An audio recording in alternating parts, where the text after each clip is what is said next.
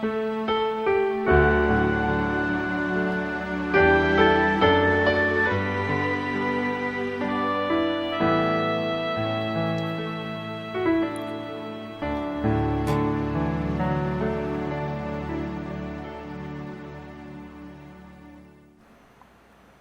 everybody, welcome. Welcome to the VirtualLight Broadcast for July. We are moving like crazy here. Planet Earth is changing rather drastically, and today we're going to talk about that. The group has several things that they want to talk about today. We will be doing both sessions today. I want to make just a couple of brief announcements first of all. We do have Zoom going, but we're not going to be doing any 2-minute readings today. So the reason we put Zoom up there is because it allows people to actually click on something and have a caption in 14 different languages. So if you are watching this, there's also a Zoom link. If you're watching it on our website, there's a link directly above this video where you can click on the Zoom and actually watch it in Zoom. I do believe the music will go through now. I do believe everything's set up. We're starting to get a little more familiar with Zoom. For those of you who've been watching, I've been fighting Zoom this whole time. I'm starting to come to peace with Zoom now. So anyway, it's going. We're also broadcasting live on Facebook as well as YouTube. So welcome everybody. We'll be expanding a lot of these going forward in the future. But I'm real thrilled to have you here today. I'm real honored to be here with you to tell you. The group really wants to talk about planet Earth. We are going to be doing an event on planet Earth, but not probably until September. We're still shifting things around. I can't remember. I think it's August. We're going to be doing, August, excuse me. We're going to be doing something on that. But anyway, I wanted to lead you through that and welcome you today to this changing planet of ours and our role as light workers on what we're doing here. How we're here and where we're at. So welcome everybody, glad you're here. Okay, let's get started. I'm gonna take you through a couple things real quick here, just kind of bring you around so that we can kind of work together with these things. But it's an exciting time to be here for all of us, and yet a lot of changes going on, a lot of crazy things that are taking place on this planet. Okay, first of all, I want to take you to the website because we have so many things going on. Let me show you the website for just a minute so we can share with you some of the more important things that are taking place. We do have our new Making Contact event, which is up and running. It is open for registration. What is happening here is that this is actually going to be our sacred contract with our brothers and sisters from around the universe. It is not going to be about channeling other beings from other space places, but it's right here in this and you can find out a lot more about it by just clicking on this little button here. It'll take you to what is taking place with the Making Contact, how we're working with it. They wanted to share with us what's going on. There's so many things that are taking place right now on planet Earth having to do with our whole changes that are going on with us for so many different reasons, including the Earth. The Earth is only part of it. We, of course, are going through these massive changes right now. Technology is going through massive changes. The Earth is going through massive changes, and we are attracting attention throughout the universe. The group wants to talk about that. Many of you know for years and years and years, I personally have had a great resistance talking about aliens or space beings or whatever you want to call them, UFOs or UAPs, whatever it is. I've had a great resistance about talking about that. And we're not going to be talking about Syrians and Palladians and all the typical things that people talk about. What they want to talk about is what is taking place and the help that is starting to be available to us if we wish to use it. We're on the planet of free choice. We don't have to have it. They're not invading anything of that nature. But there is a lot of attention going on throughout the universe on planet Earth due to not only the changes with planet Earth, but the changes with us, the changes with our technology, all the things that are going on simultaneously at this critical time space of planet Earth. So that's coming up. That'll be starting this next month. Let's see, when is it going to be? July 21st and July 28th of this month. So that'll be the one in the empowerment series that we're going to use. Secondly, over here in this one, right in the middle, we're also going to have, well, I'm going to be in Belgium pretty soon. Many of you know I have a love interest in Belgium, so I'm traveling to Belgium a lot, and I'm also going to be doing a day of private sessions in Belgium. Let me adjust that just a little bit. I'll be doing a day of private sessions in Belgium, in Aarschot. I hope I'm saying that right. Anyway, I'll be doing that there, and at the end of the day in that same hotel, I'm going to be opening up. We originally were going to have a Light Master gathering. Anybody who is a Light Master could come free of charge, and we could talk and we can communicate and get together. And then finally we realized that there aren't that many Light Masters that are anywhere close. There's a few, but there's not a lot of them. So what we're going to do is we're going to open this up. And we're just going to simply say we're going to have an open time here in Aarschot, which is about 15 minutes by train away from Leuven, which is where we had the seminar recently. So we will be doing it in Belgium. If you're interested to find out where, we want to know how many people are coming and what to expect. So we simply are going to ask you to write to, here, I'll get it going here. Write to Elke over here at the host@aspavo.org, and that will allow us to kind of gauge how many people are coming and what that looks like and where we're going to be. But if you'll just let her know that you're interested, she will send you a map and and we kind of know who's coming that way to be there. So we have room for about 35 or maybe 40 people. It's going to be between the hours of 6 p.m. and 8 p.m. So that would be 1800 and 2000. I'm getting used to the differences here, so we'll figure that out. But anyway, that's going on. We do want to be able to talk about that in new, different ways as well. So welcome, and if you're in that area, if you're in Belgium, or you want to come see us, you want to come play for a couple of hours in the evening, or if you want a private session, if you're interested in a private session, we still have several of those opportunities opened up for that to happen. By the way, if you're interested in private sessions, I just put 2 days on the calendar. About half of them filled up the moment I put them on the calendar. So if you're interested in that, go to the website, check out the calendar. Where is that? That is up here under, where is that? Good question. I'm not sure. It's up here somewhere. There we go. Under the store. If you go to private sessions, it takes you to the whole area where you can find out about private sessions down here with the link, and you can actually have the link to the calendar where you can actually choose your time and so forth. So we're going to be doing them this next month on the 5th and the 11th. And as I said, about half of them are gone already. So if you're interested in that, please make a move toward that pretty soon so we can get you in. I will be doing at least 2 to 3 days of sessions every month, but I generally only put them on toward the end of the previous month. So I don't give a lot of time frame for do that. We've had, what happens is people find themselves in a situation where they want a session, they book a session 3 months in advance, and then their life changes.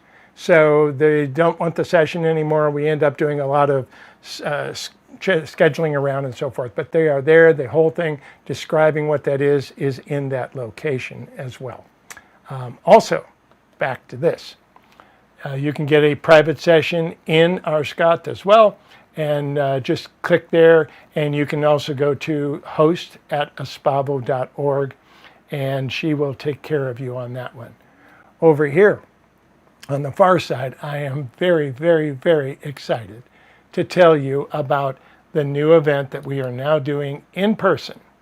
It's the first time other than the one we did in Leuven, Belgium, and it is a new modality which the group's been working on me for some time to come out with this modality and the way to work with things. It is a very powerful modality. We call it Cognitive Life Path Programming, or CLP for short. It's going to be in Las Vegas on the 26th, 27th, and 28th. The last time we came together, we talked about actually marking those dates on your calendar for you. So let's take a quick look and see what we've got here. We're going to have Cognitive Life Path Programming. It's in a very special place. It will be here. There's a couple of videos to tell you what to expect, everything about it. What this is basically a very unique way of incorporating a lot of the things the group has used over many years, including inverse wave therapy. Inverse wave therapy was we taught it all over the globe. It was a very powerful modality, and yet difficult for people to pick up and use on your clients. It required taking people into their pain. A lot of healers had resistance to that, and therefore it didn't really take off the way we wanted. We did a lot of good with it. We taught a lot of people some wonderful techniques, but they weren't able to use it quite the way we had hoped. The basis of all these things has now been reworked in a much easier way to do this, a much simpler way, and we're going to be playing with it for the first time in Las Vegas. We also hope to be in Holland with this in October, but I don't have those dates yet. We're shooting for the 14th, 15th, and 16th. We'll see. But anyway, we're working with that right now to try and work with this to bring this available to different people. But it is available here in Las Vegas for the first time. It's a 3-day event. We will be there. Jilly will be there, also doing a little guest speaking. She'll be up here in a few minutes, but she'll also be there. Juliana Raymond will also be there doing a little guest speaking segment for us as well. I wanted to tell you a little bit about the hotel. Let me take you back over here for just a second, because this is very exciting to me. If you scroll down here and you see this whole thing, you can get the information about the location with this button right there. Okay, it was the white button. Sorry, I've lost my cursor on this screen again.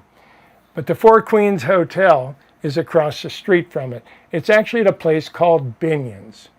Binion's is one of the very oldest hotels, oldest gambling casinos in the Fremont Street area of Las Vegas. We've had reservations in the Four Queens Hotel.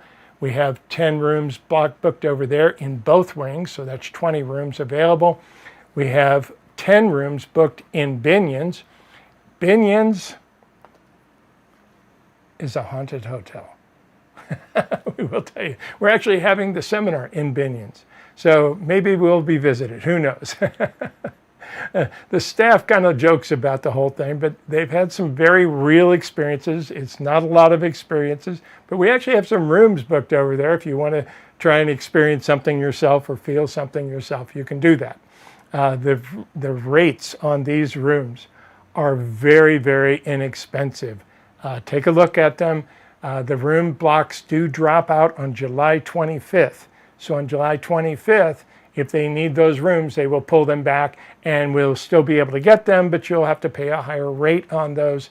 So we want to try and book everything before July 25th, because that's when the room block falls out, basically. But I'm really looking forward to this. It'll be a 3-day event. Here's your room rates right here. The highest room rate for one night is $119. The lowest room rate in the Apache Hotel, which is inside Binion's, is $39 for the last day. So they've got some incredible room rates. Many of you know that we have this thing going on here in Las Vegas, and it drives me crazy. And I've seen it in other places throughout the United States. I haven't seen it in places internationally, but it's basically called a resort fee. And what it is an extra fee that they tack onto things when you get here. They don't generally tell you too much about it ahead of time, but they basically get there, you check in, and they say, well, here's your room rate. And by the way, there's also this resort fee, which can be upwards of $100 a night. You cannot opt out of them. They are absolutely part of the deal. They will not let you say, oh, I don't want to use a resort. That doesn't happen. It's a really sneaky way of doing things. This place does not have it. To my knowledge, this is the only place in Las Vegas that does not have resort fees.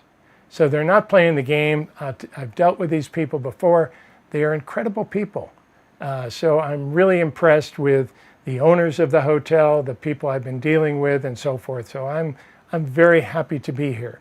We're going to be inside of a very, very, very large room. We're going to take a small section of this room and kind of separate it off so we can have our event over there and be able to do that. But it is a very large room, and we'll be, like I said, we'll be using it.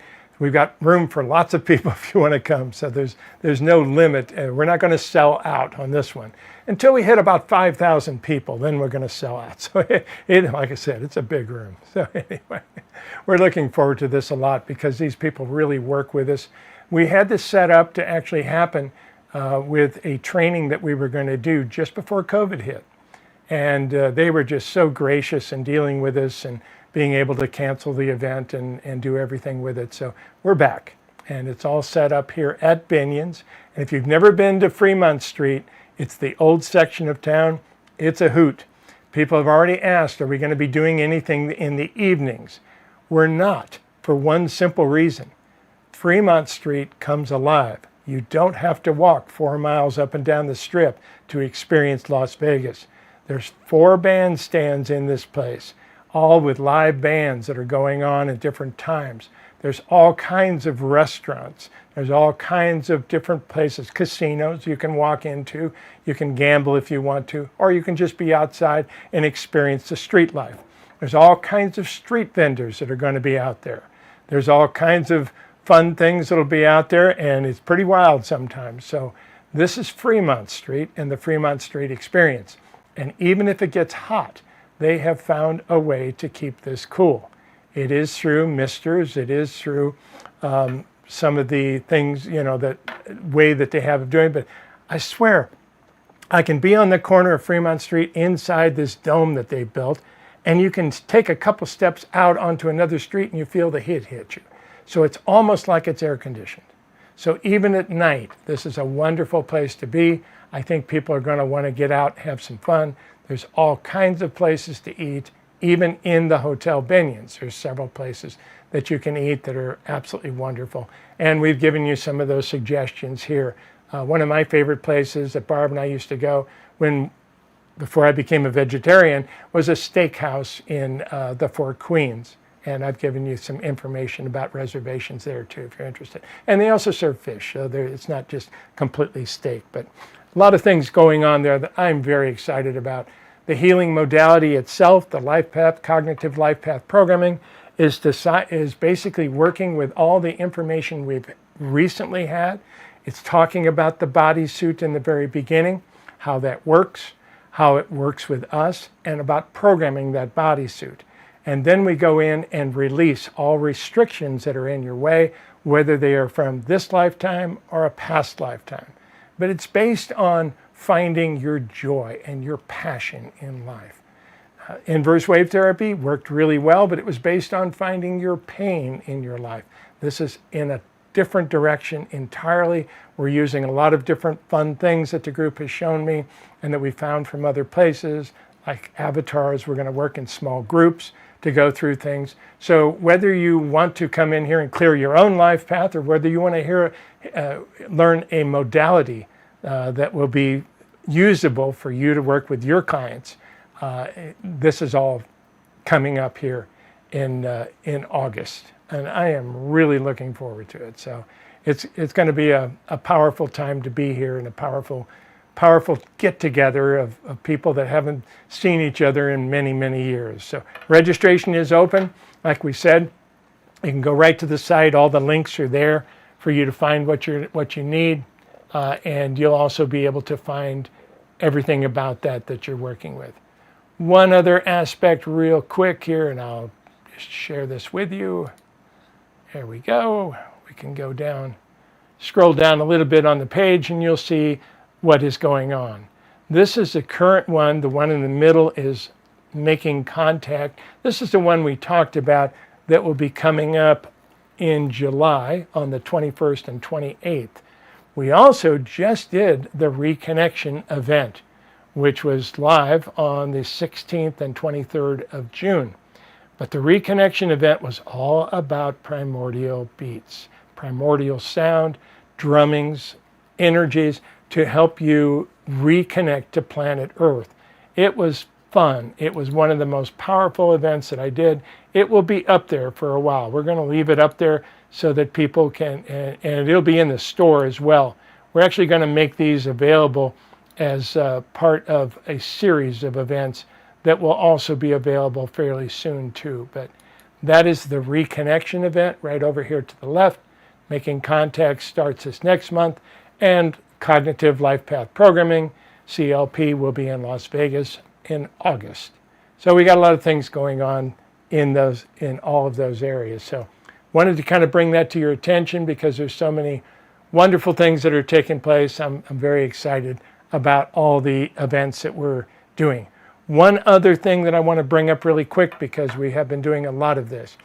A lot of people have been asking questions about, okay, we've talked about this portal that was opening on March 24th, and it was going to be open until August 27th, which happens to be the second day that we're going to be doing our event in Las Vegas. Where are we in the process? What is taking place? Where are we able to keep this open? What can we do more? The group just keeps saying, how much love can you hold? But they haven't been giving us direct instructions other than working on improving ourselves and being inclusive around us. So they've been giving a lot of that information, but on top of that, we're going to start doing updates. The updates are very simple. We've done the first one here, and I will bring that up for you. It is right here. Now, when you go here, you'll see that you need to be signed in to see this. It's free of charge, but you do need to have an account at Espavo. They are free. Just sign up for the account if you don't have one, and you'll be able to watch this as soon as you sign in. But it is here. This is about a 17-minute video that I have prepared telling everybody where we are with this, where we are with that, what's going on. And we have so many things taking place on planet Earth. I can't say I'm going to do it every month, but we're going to do it often. We will put up short teaser videos in YouTube and at Facebook and some of the other places, Instagram, some of the other places. By the way, we're going to get active in Instagram. The group kind of nudged me in that direction. So I haven't been active in hardly any of these, but we're going to get active over there. So a lot of things taking place, and we're also broadcasting today and on our own website. We're broadcasting in Vimeo, we're broadcasting in Facebook, we're broadcasting at YouTube, and we're broadcasting in Zoom. So we've got a lot of things going on. I didn't put all the links up there because they're all kind of crazy, but if you have a preference of one of those that you'd rather watch the broadcast in, you can do it here. Also, this turns into a day or two afterwards, due to our wonderful social media expert, Carol, it turns into a podcast that you can also watch on Spotify. Now, if you're into podcasts, just the audio version of podcast, it goes almost everywhere that podcasts are carried. So you can get the audio version of this program anywhere that podcasts can be seen, or if you wish to watch the video of it, you can actually watch the video on Spotify because it's available as a video podcast at Spotify. Okay? Enough of the announcements. We've just got so many things going on, and so many things going on with the Earth too. We have 2 channels today. One I'm going to do in just a couple minutes and kind of get started with that. But the other one, both of these channels are going to be based on what the group wants to bring in. We're not going to do a healing circle today. We're going to change quite a few things about, as we mentioned, we're not going to be doing any of the other energies or things of that nature. Now, the other aspect that I tell you is that we did not hear from Allison today, our So I don't know whether she's on vacation and she told me and I forgot, but we don't have a clip from Allison to play about the astrology today. So we will make that available if she sent it to me and I missed it, or if we got our wires crossed about the dates or something, I will make it available as soon as possible, because these are obviously dated. We'll put it up in addition to this. But in the meantime, I haven't heard from her, so let's just all send her some beautiful heart energy and let her know that she's missed, okay? She's part of the family. She's been with us for a number of years now, doing these astrology reports, and just very magical. I look forward to Allison's report every month. So anyway, it's been a good time. But let's just take a moment and send her some beautiful energy, shall we?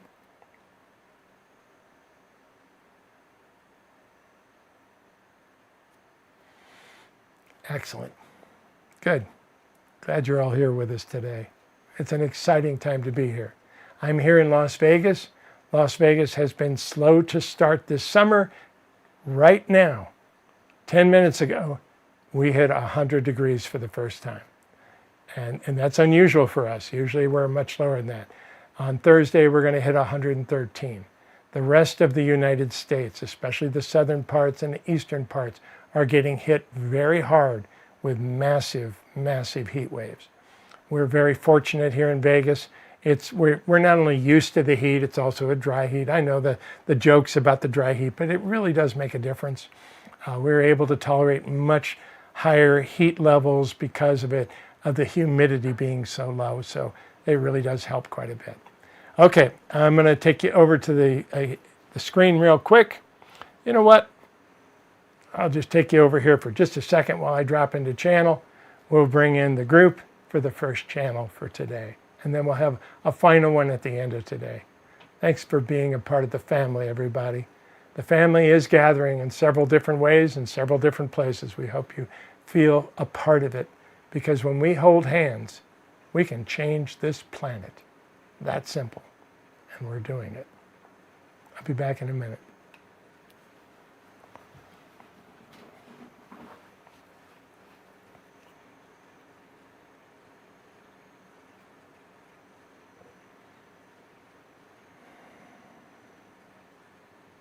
Greetings, dear ones.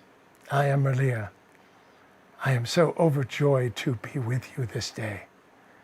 You understand, of course, that you are the magicians of the game board. Now, we've told you many times, dear ones, that most of you have traveled backwards in time to be here in this time frame now. Many of you are from a time some 300 and some odd years in the future.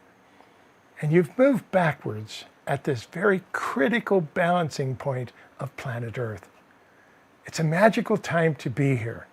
And we tell you there's a lot going on. Much of this can be seen as negative. Please understand, that is usually the way humans perceive change in general. You like to be on the steady coast of things. You don't like change at all. So when massive change starts to take place on planet Earth in different ways, it can be seen as a negative. And we tell you there are difficult things that you will be dealing with, that you'll be working with as these changes come forward. And of course, you are humans.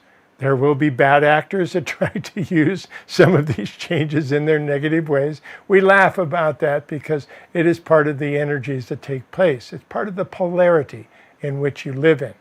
But you must understand also that the polarity is now starting to leave. That may seem strange because if you look at the news, all you see is polarity. But there is a wild pendulum swinging back and forth as we speak. And as it goes far to one side and the other, it jumps a fulcrum and pretty soon stops spinning. And you are very close to that now. Very close to it basically starting all over again in a different way. And during those times, you can come together and gain strength. Now, there's many things pulling you apart. And that is, by nature, you're living in a field of duality, a field of polarity. You see things as up, down, good, bad, right, wrong, black, white, all the different aspects of it. And the reality is that is all the illusion. Your spirit does not have polarity. Very simple. You know every single being on this planet from home, every single one of them. And if you are able to look in someone's eyes and even for just a moment, find that spirit that you know, you make your own life much easier, much more comfortable, much more prosperous. And we're going to be working with prosperity because that is a challenge that many people are starting to have on planet Earth in their spirituality. But spiritual prosperity is what you have at home all the time. And we will be working a little bit with that as we go forward with this work. But the changes that are taking place are massive right now. The scientist of the heart is going to come in a little while and explain a little bit about some of the changes that are taking place on planet Earth, some of her changes. We told you some time ago, planet Earth is winding down in the simple aspect that life on planet Earth, the way that you know it, is getting more and more difficult.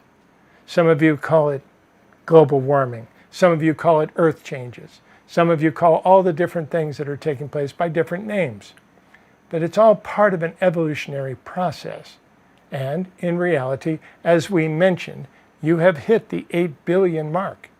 During that time, planet Earth herself has to make decisions as to what to do. She has to decide whether she is going to shift her energy and try to find a new way of working with all these souls that are weighing down the planet. And what we mean by weighing down the planet is your physical needs. You have needs for water, you have needs for food, you have needs for all these things that basically take her energy. And she loves to do it, she loves to support you. But now with all the pollution and things that have taken her energy, she's finding it much more difficult to do that. And the weight of 8 billion souls is making a big difference with her. This is all happening at the same time that this portal opened. And the portal also means that help is available from other beings throughout the universe. They will be working with the planet themselves. We'll be talking more about this in the near future. But they'll be working with the planet itself to shift and make some of these changes. Your job as light workers on planet Earth, as spiritual beings walking around in these dense physical bodies, is very simple. The more that you can raise your vibration, the less weight you are on her. We've given you this illustration many times of the 80-20. 80% physical being, walking around with about 20% of your spirit guiding the way, leaking out when you smile, when you're in your passion, when you're doing what you came to do. But as you start to evolve and move into this higher vibration, which you are doing, please understand that you are being successful at this. Especially those of you who are doing it consciously, aware of the portal that is open and taking advantage of that. As you raise your vibration, the amount of spirit that comes out, and the less the physical body has to weigh upon Earth. Our greatest idea would be for you to switch those numbers entirely and have 20% of your physicality weighing upon Earth. That makes her job so much easier. And that's what our dream is for you. Now, you're on the planet of free choice. Right now, you're dealing with a lot of polarity, and that is normal. As you swing this pendulum violently back and forth, what happens is you get further and further and further apart.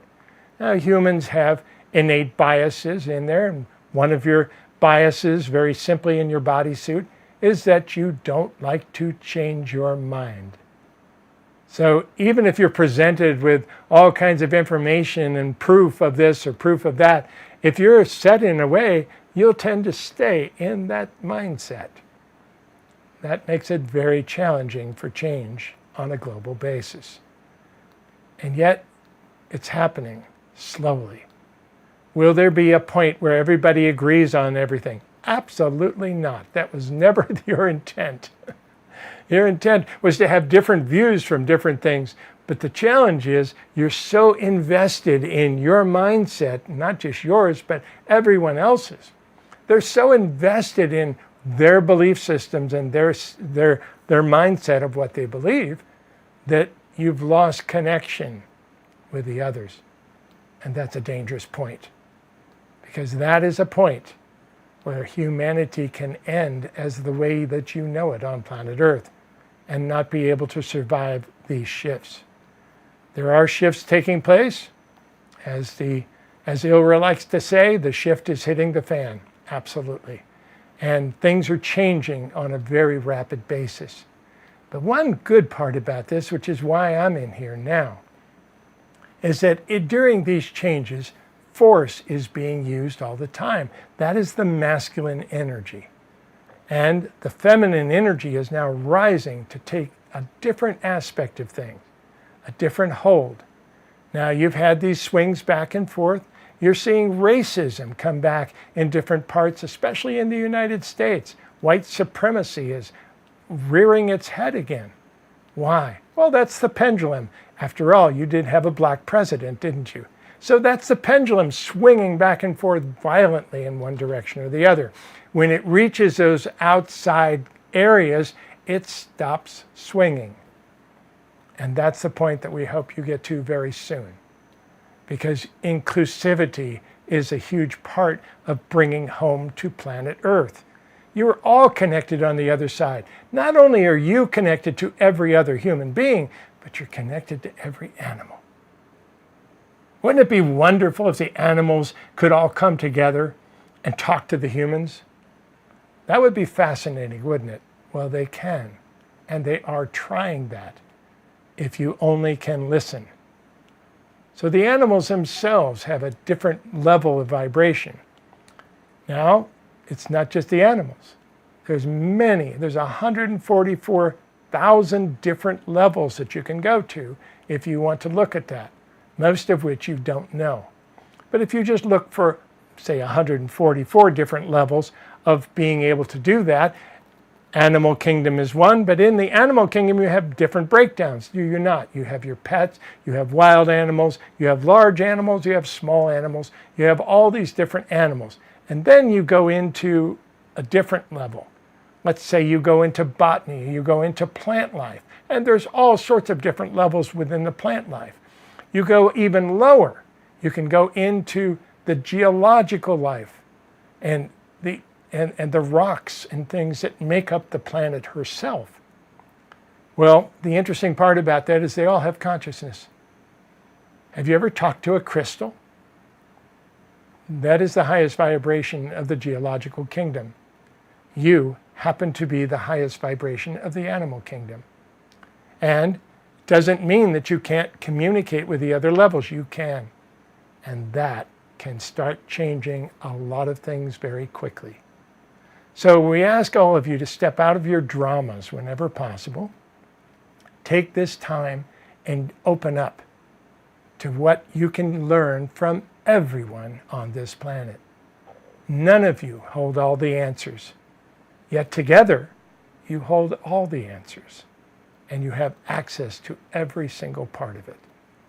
That is the view of the collective vibration of humanity that we wish to bring you to, because that is the view that reduces your weight on the planet and brings more of your spirit through into your physicality. That is the aspect of bringing at least 30% of your spirit in walking life right now. That's doable, and you're starting it already. Welcome home, dear ones. Know that we are encouraged.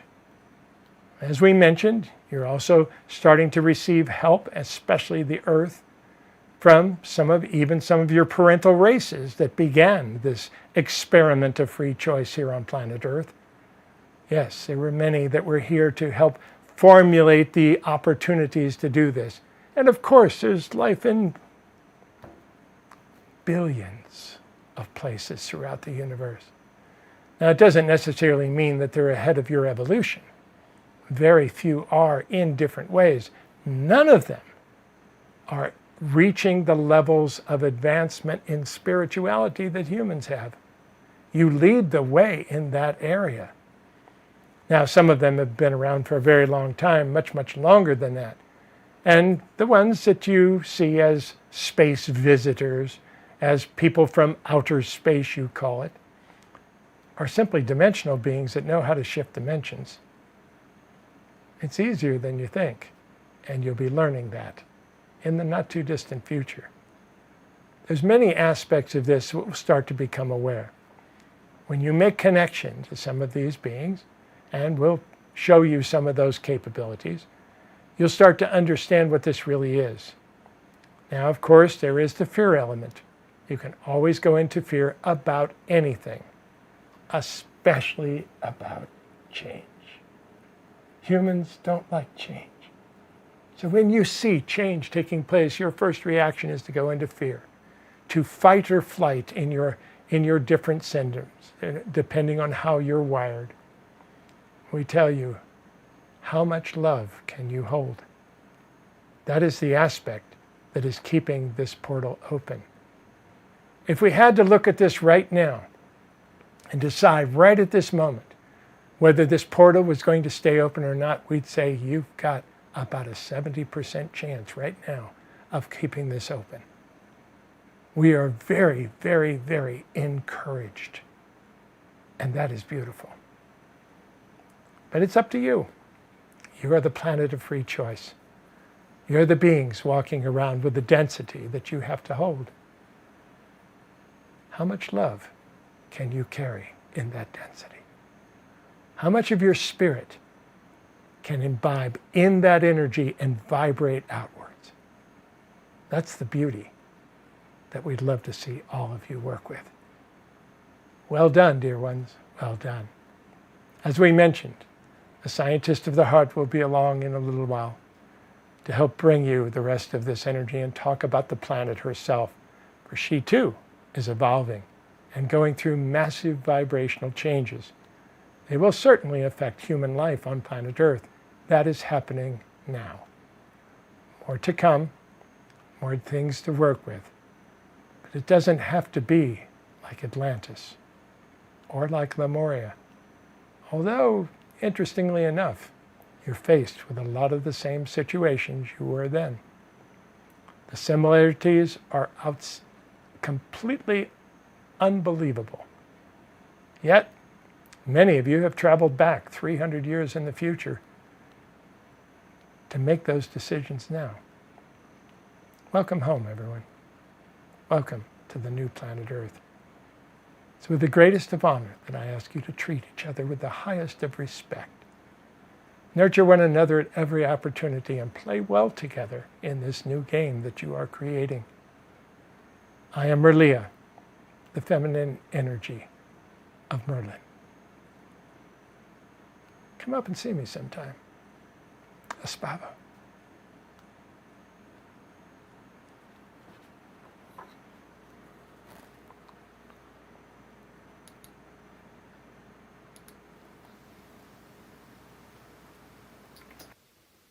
Hello, and welcome to another episode of Sandy's Bookworms.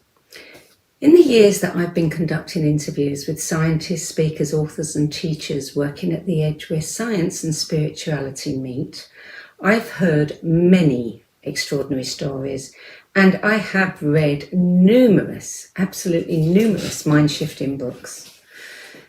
Today, you're going to hear a story that is so far beyond remarkable that I've struggled to find words that adequately describe it.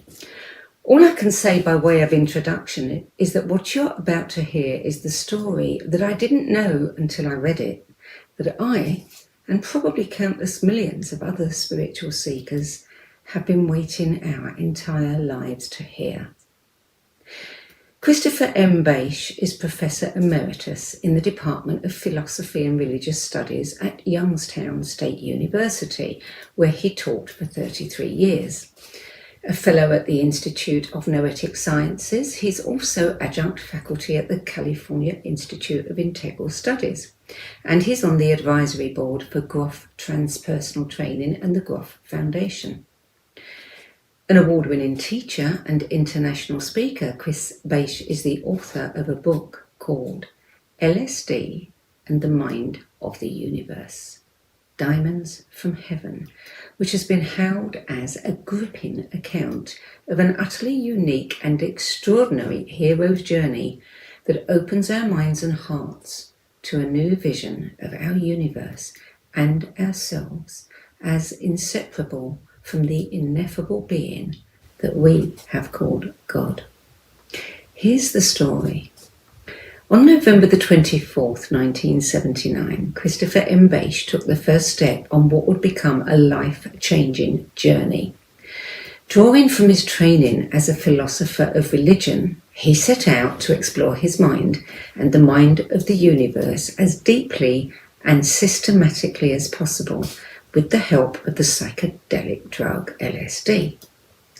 Following protocols established by Stanislav Grof, Chris Beisch's 73 high-dose LSD sessions over the course of 20 years drew him into a deepening communication with cosmic consciousness. It took Chris Beisch 15 years to integrate those experiences to the point where he felt he could share his story, and it took another 5 years to write the book. LSD and the Mind of the Universe meticulously documents all 73 of Chris's journeys as he touches the living intelligence of our universe, an intelligence that both embraced and crushed him. As we follow him on those 73 sessions, Chris demonstrates how direct experience of the divine can change our perspective on core issues in philosophy and religion. He reveals the spiral of death and rebirth that took him through the collective unconscious into the creative intelligence of the universe. And he makes a powerful case for the value of psychedelically induced spiritual experience, which he feels can not only help heal the wounds stored in the personal psyche, but also show how psychedelic experience can take us beyond self-transformation into collective transformation and help birth the future of humanity. Chris shares his immersion in the fierce love and creative intent of the unified field of consciousness that underlies all physical existence. And he describes the incalculable value of embracing the pain and suffering that he encountered in his sessions, as well as the challenges he faced integrating his experiences into his everyday life. As we move through the book, we begin to see that there is nothing random about Chris's journeys. Even after prolonged breaks in between sessions, each session always seems to pick up where the last one left off. And we get the sense that he is being guided by an intelligent consciousness. Chris shares what he learned about the dynamics of life and reincarnation, and how, while reincarnation is often talked about as an individual spiritual soul journey, there is also a collective and a species dimension to it. He writes about the relationship between what's happening on the geopolitical sphere and us as individuals, and how we are at an evolutionary cusp, and the global systems we're entering are part of that. And we learn in the later chapters about the vision he was given of the birth of the diamond soul and of the turning point we're now at as we try to give birth to the future human. Chris has shown that we are going to experience a near-death experience as a species, and the revolution of the emerging experience of oneness that's coming. And he sees that as the world is struggling to become one, we too are struggling to become one once again. The book, again, is LSD and the Mind of the Universe. It's written by Christopher M. Beisch, and it's published by Inner Traditions, Bear and Company. And while it's not for the faint-hearted, it is well worth reading. Now, before we close, as the spiritual book market becomes increasingly crowded, it is becoming ever more challenging to sort the wheat from the chaff. when it comes to picking the books that are going to help you on your spiritual journey. And this is why I launched the No BS Spiritual Book Club, so I could provide you with trusted recommendations from authors, teachers, speakers, and others who have walked this path before you. The No BS Spiritual Book Club is free to join. There are no ads, there are no gimmicks, and there is no BS. Just an ever-growing library of 10 best lists from people you can trust, like Dan Millman, Don Miguel Ruiz Jr., Lee Harris, David G., Andy and Jonathan Goldman, Jan Levan Sant, and many more. Plus free book excerpts, audios and entertainment with my weekly live streaming video interviews in which guests reveal the intimate details of how their 10 best spiritual books impacted their lives, their thinking and the work they're doing now. So if you're looking for the best and the most highly recommended spiritual reads, check out our 10 best spiritual books archive at the NoBSSpiritualBookClub.com, where you can also view previous episodes of my weekly interview series and add your name to our Save My Space list to get last-minute reminders of upcoming episodes. And one last thing before I close. Maya Angelou once said that there is no greater agony than bearing an untold story inside you. If you feel you have a book in you, but don't know how to begin getting it out of your head and into the hands of those who are waiting to read it, visit my website, sedgebeer.com, click on the Work With Me tab, and find out how my experience helping others tell their stories might be just what you've been looking for. That's sedgebeer.com, sedgebeer.com. That's it for this month. I hope you'll join me again next month for another of our No BS Spiritual Book Club's bookworms.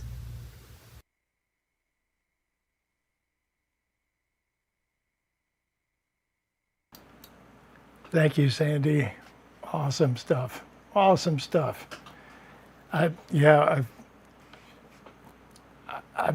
What can I say? I am absolutely fascinated by this. I think she's onto something there and very powerful. Thank you for bringing it for us, Sandy. Okay, back to the process. Now Meg, we've got Meg up next. Meg Adamson is here with her next segment today. Aspav, everybody.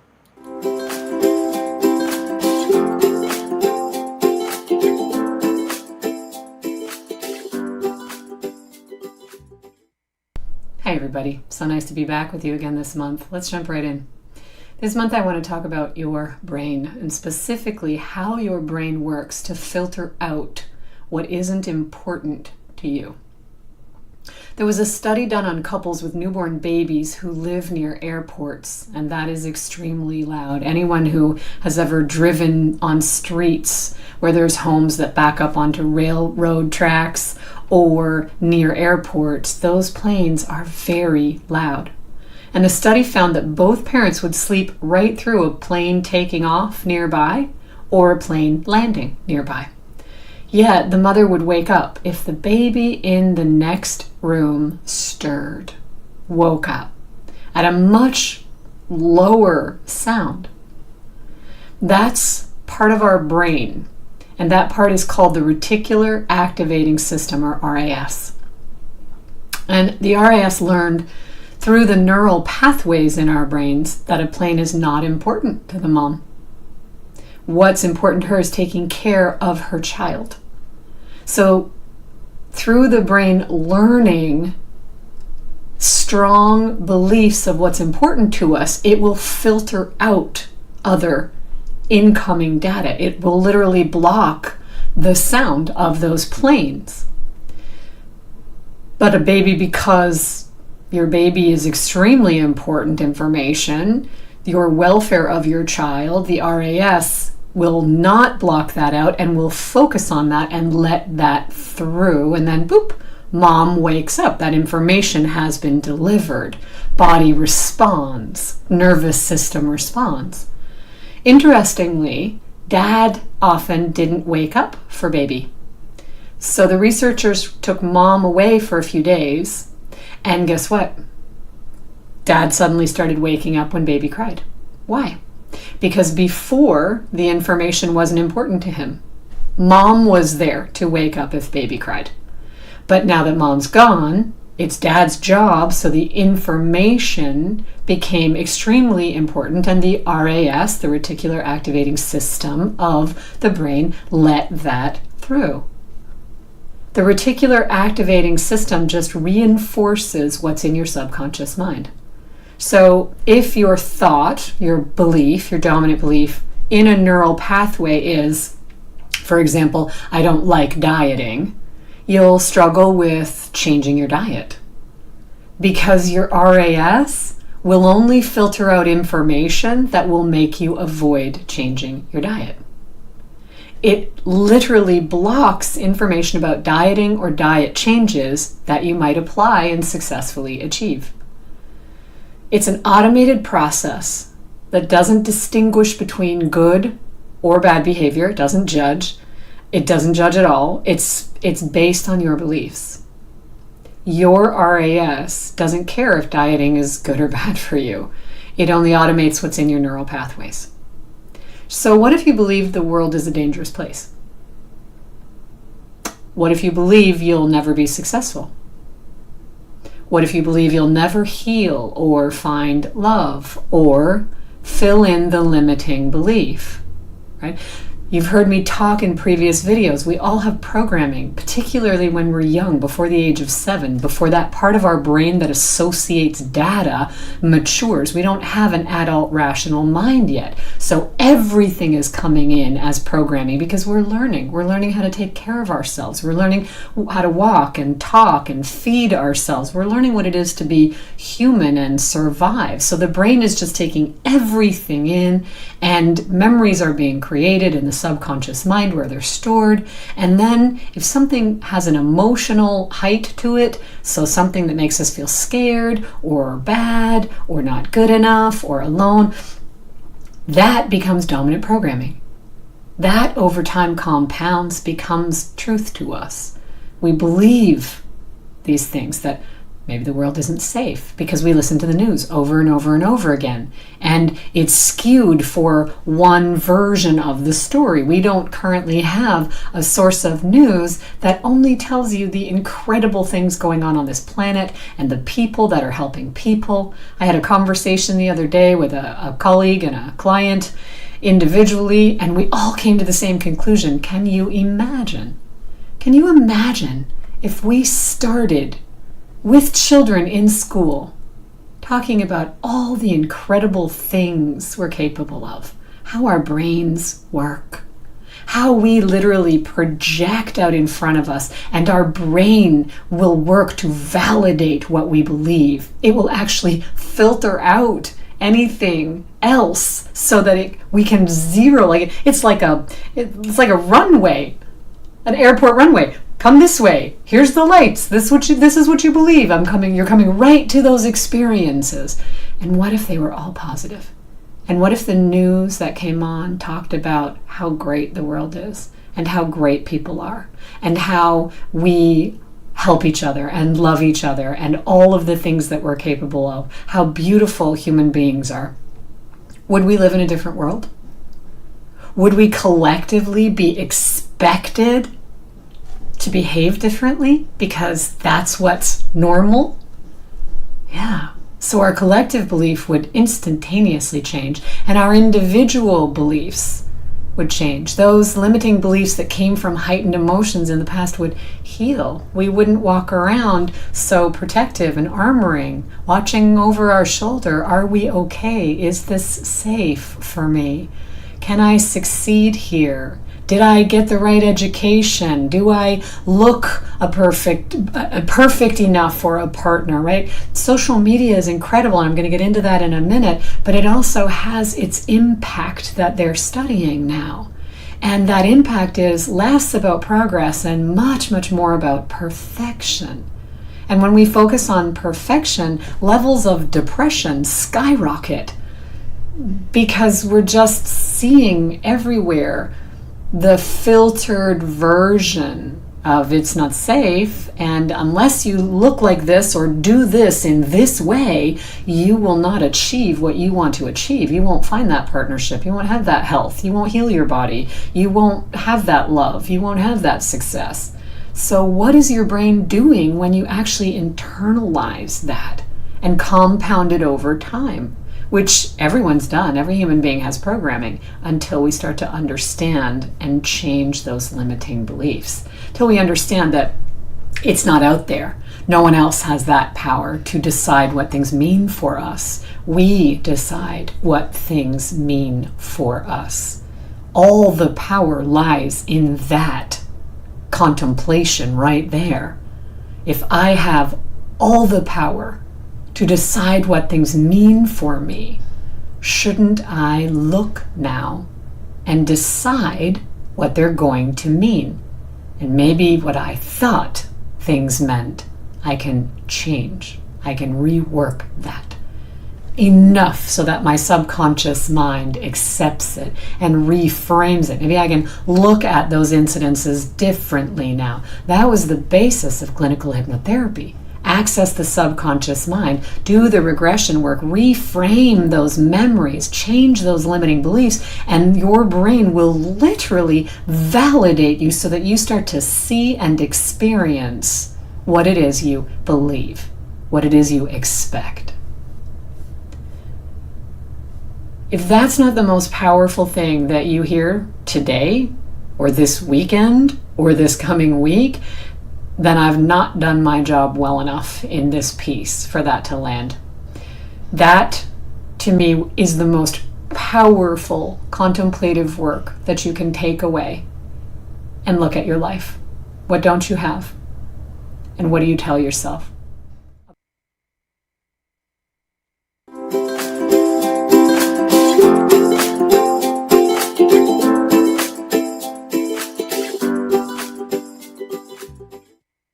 Hey everybody, so nice to be back with you again this month. Let's jump right in.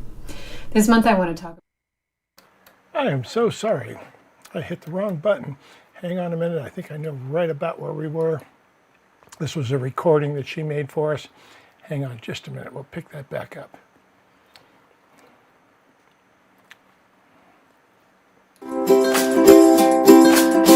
on the way, to believe that you have a unique piece, that we all have a little bit of that extra that makes us unique and different from each other. We have so much alike, but the way you say something and the way I say something may be just different. And who hears it from me was absolutely the right person to hear it from me. And who hears it differently in your expression and your words will hear it differently, and you were the right person for them. But they don't hear you or find you if you don't believe that that's a truth for you. If you believe that you're safer all by yourself, that you believe you're too old to heal or too old to have a loving relationship, all these things that come up feel automatic because they are. Because you have already made decisions about this and your subconscious mind just continues to project them. And the neural pathways are the same in your brain over and over and over again, filtering out everything that does not validate that. So what happens when you change? The whole mechanism doesn't judge, it just works for you, and your brain, the reticular activating system, will filter out everything now that does not support the new belief. You start to see the evidence of what you believe. Have you ever noticed, here's an example, have you ever noticed when you're thinking about buying a car, you start seeing that car everywhere on the road, right? That's your reticular activating system at work. When you take on a new thought about your future and feel into, ooh, what might that be like if I was doing this or doing that, or really successful with this, or whatever it is for you, that passion. And then all of a sudden, more creative ideas flow. That's super consciousness that kicks in, that gives you ideas and creativity. Your brain filters out everything else and starts to show you the roadmap of the evidence of that being your reality. So do you need politics to be a certain way? Do you need governments to be a certain way? I know those are big conversations, and I'm not trying to make them small, but I really want to reinforce that if you continue to give yourself the excuses about why you can't have what you want and it's bigger than you because it's world-centric, I'm going to question that. Because I've seen over and over and over and over and over again, including in my own life, that has nothing to do with it. It is your belief in it that has everything to do with it. And this is how we begin to change things. One person, one person, one person, one person, one person. But you have to understand that you have all the power, and your brain is designed to give you the evidence of that. You have all the mechanisms to create what you want and to see that runway directly to it and follow the instructions that you receive through your own mind. You don't need anything else in order to understand that and start to work with it. And then you will draw in co-creative elements. You will draw in circumstances, whether that's partnerships or other people, whether that's the right information about medicine and healing. All those other pieces come in, but it all starts with what you believe first and how your brain actually is wired to behave. Does that make sense? I hope so. So, as it controls the information, how? So the RAS is a bundle of nerves that sits in your brainstem, and it regulates your consciousness. That means it's able to control what incoming information you're aware of, so you'll be motivated to behave in a certain way. Hear that the way that was intended. That's really important when you start to think about things. It's kind of like a go-between, like a guard between your brain and your senses, and it filters what gets through and what doesn't. Because your brain can't process everything that's going on around you. It filters it to only what's important to you, that matches your beliefs, or it would be busy processing everything and potentially miss something important to keep you alive. Like you're standing on a street corner and there's a lot of people around, and you're in New York City and there's 400 people. Everybody's moving in different directions. Some people are crossing the road, some people aren't. The light isn't green, and you are not paying attention, and you're listening and you're having a conversation, and you step out and there's a car coming right there. Your brain won't let that happen. It filters everything else out. If you ever noticed, if you're driving and you have people in the car and someone's chatting away with you and somebody in front of you swerves, and all of a sudden all of your attention is just on that car and everything else is filtered out. You don't hear the person anymore. The radio goes down. You're not looking at the beautiful mountains. You are 100% focused on that car. That's your brain. That's the incredible power of your brain. And that's your reticular activating system. Immediately at work, and your subconscious mind, which governs over your body and your nervous system response. You are incredible. If you knew innately how you were formed, you are a miracle walking around. And if you don't feel like a powerful miracle walking around, then you've got some limiting beliefs to sit with and think about and start to change. Your RAS analyzes what information is relevant for you. And every single thing you think is saved by your brain in neural pathways. And the most dominant and frequently used pathways or thoughts get stored in your subconscious mind, right? Programming from when we're younger, compounded over time. That's what becomes our truth. But is it true because I say it's true? No. It's true because I believe it's true. But can I change what I believe is true for me? Yes. 100% yes. We start to focus on what we want to experience then when we make those changes instead, and we use the dominant language of the brain and begin creating new thoughts, new imagery, new neural pathways, and teaching our brain new truths that it learned through repetition. And that automated behavior becomes our reticular automated system that now filters out all the information that doesn't validate the new belief, the new truth, those new pipelines in everything that does, right? That runway starts to show up that validates the new truths. We start to see the evidence. Can you start to see how the current world structure isn't supporting your independence and your capability to be a free thinker and a free creator?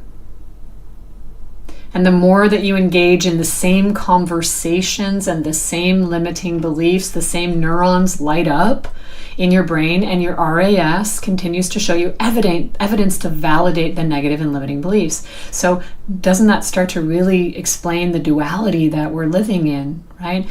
What you believe and what I believe, you're going to believe what you're going to believe, and I'm going to believe what I'm going to believe, and the two of us together are going to get together and try to convince each other of that. That's what the world's been dancing in for years now. But in the personal, what are the limiting beliefs? My body won't heal, the world is broken, I won't be successful, who's going to love me, why do things just never work out for me, my doctor told me I have this forever, or this is the prognosis, on and on it goes. Your truths, your reality, your brain literally creates the roadmap that validates your beliefs. So isn't it time you believe something else? Self-leadership, because you are built with everything you will ever need. And once you align with that, then you will begin to align with others with similar beliefs. Others who manage their personal power differently. Self-leadership that implies responsibility, doesn't it? So it looks like contemplation versus arguments. It looks like self-investigation versus projection. It looks like taking responsibility for how powerful you are based on your own beliefs versus continually trying to get others to change to match your beliefs. What if you just needed to change your beliefs to have everything you wanted and no one else was ever in the way? What about that for a belief?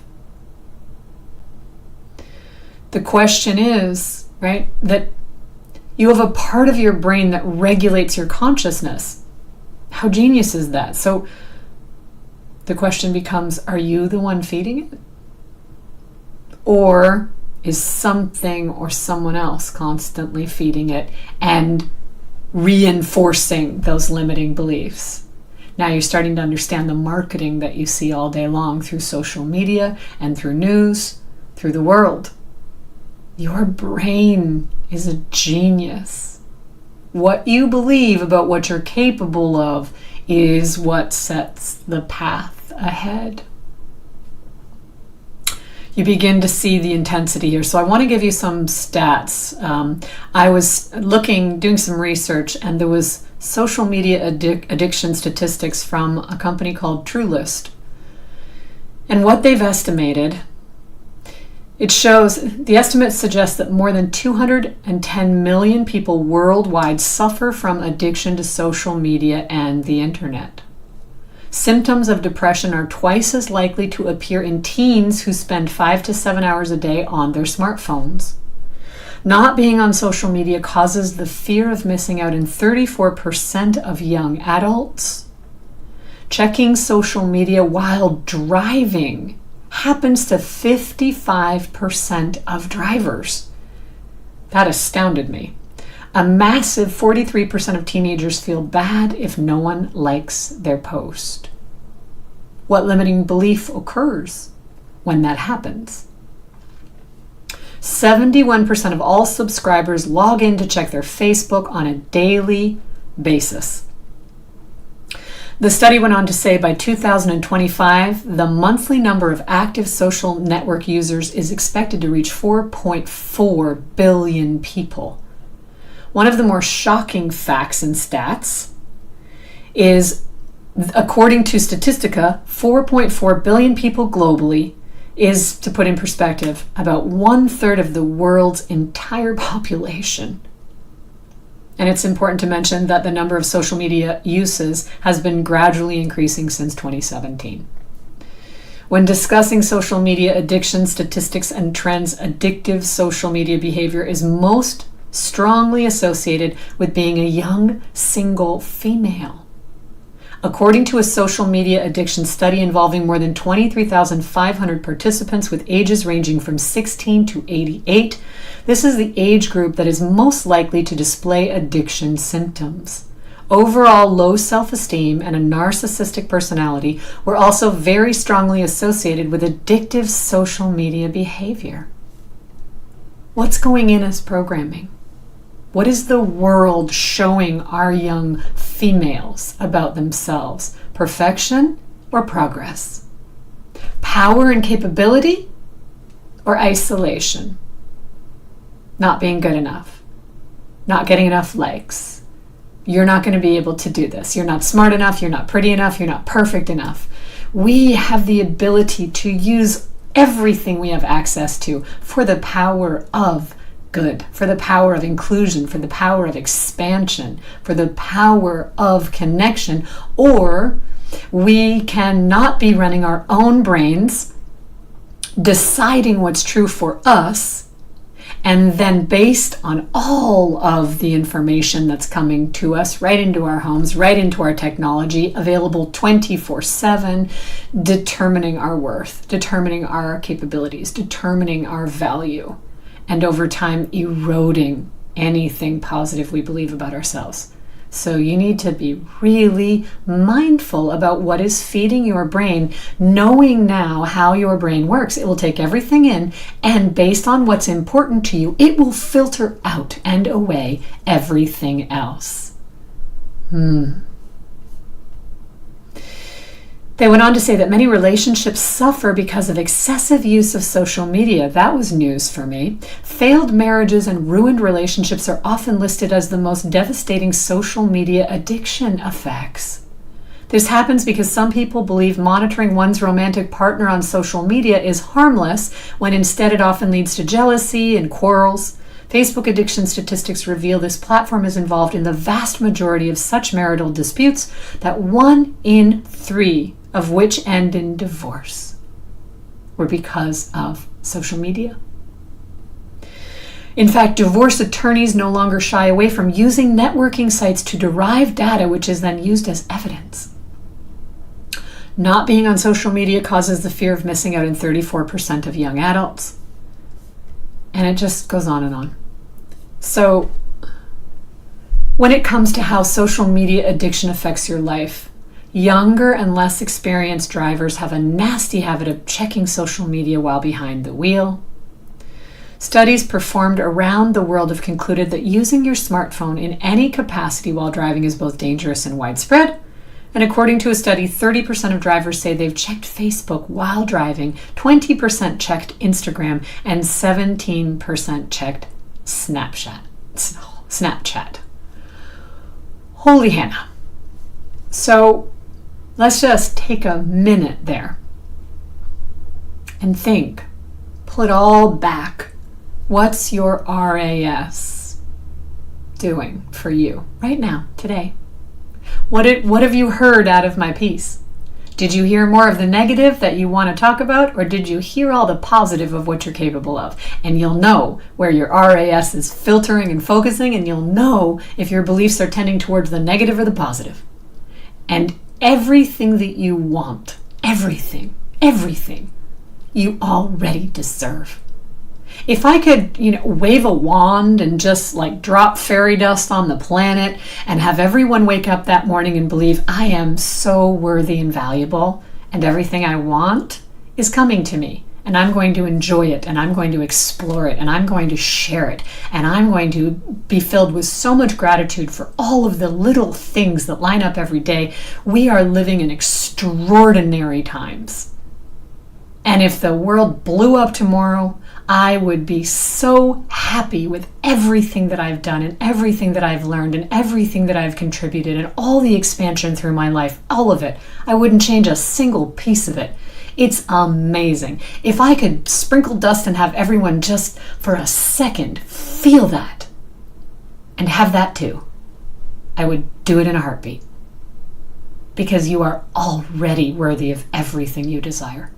You don't have to do anything else ever again to prove yourself to anyone or anything. You just have to decide if you believe it. You just have to know that your brain is in service to it already. It's already doing it, but it's just doing it in a way for something you don't like. Don't judge it. That's okay. It has nothing to do with your value. That's the mistake that we've made. But is it a mistake? Because I don't think it is. I think if we could look at the world through a different perspective and see that without all of the duality, we would never grow to the extent that we are growing. We would never personally expand and face the things that we're facing. All of that has such incredible value.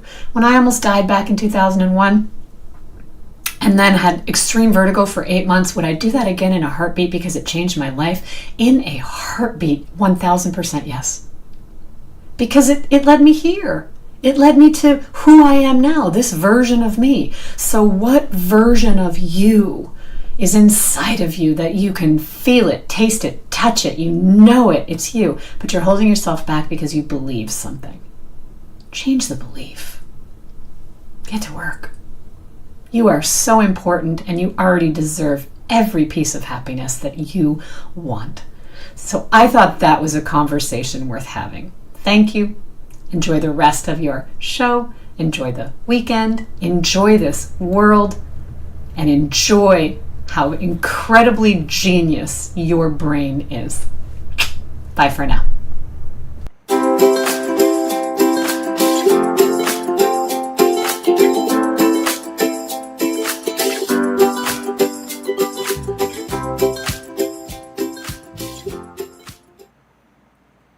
Thanks, Meg.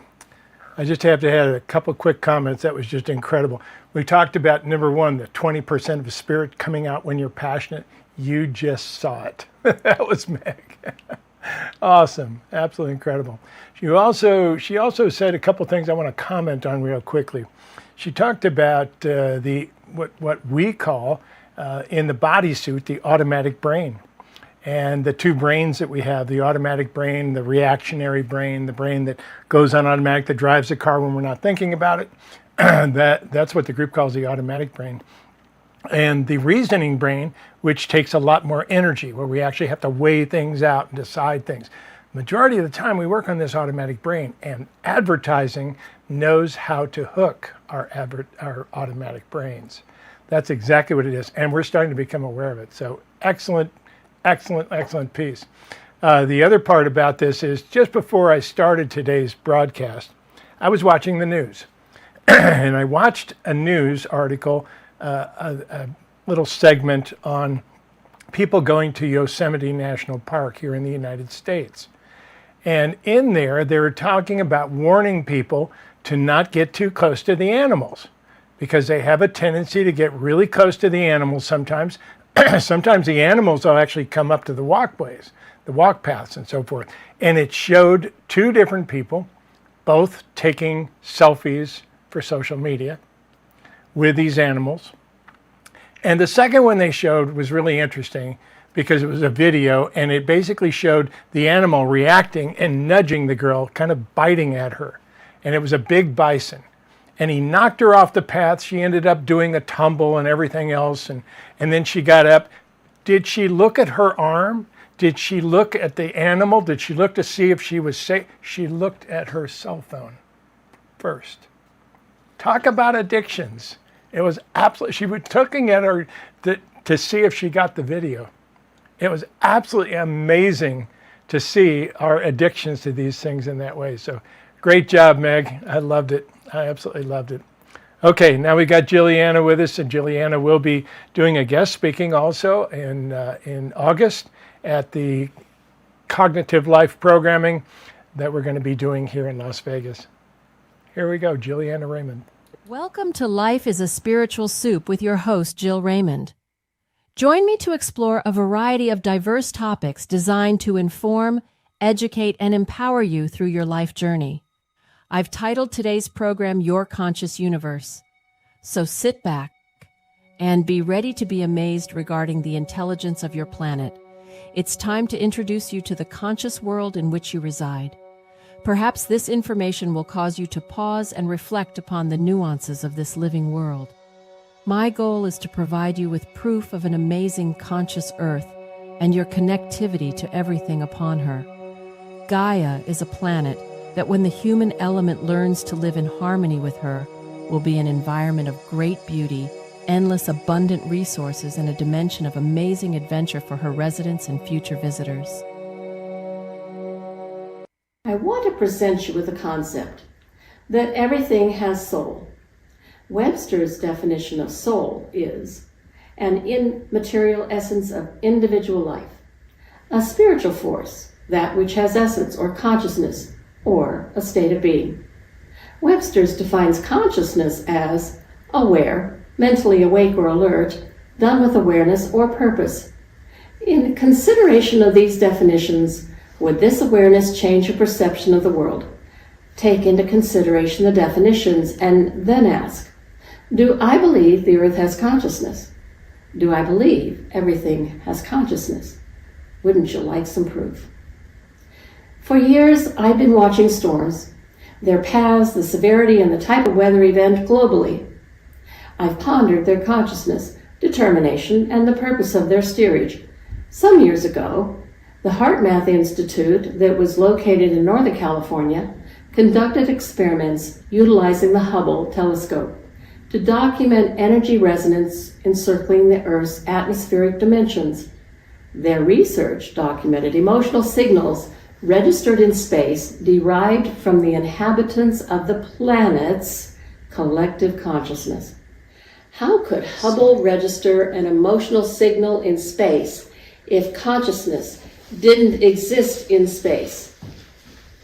If the Earth is a conscious planet that responds to the energies upon her, then doesn't it stand to reason that the Earth events such as volcanic activity, earthquakes, floods, fires, tornadoes, hurricanes, and the like, might respond to a conscious frequency? And my answer and opinion is a resounding yes. Considering the following scenarios and their potential impacts. Several years ago, the Yellowstone Cauldron's magma chamber was building. Yellowstone is a massive volcano. A cry went out from the Native American elders for light workers across the globe to unite and lend their prayers to reducing the volatility of a pending eruption. An eruption that would destroy 1/3 of the Northern Hemisphere's, spewing ash across the globe.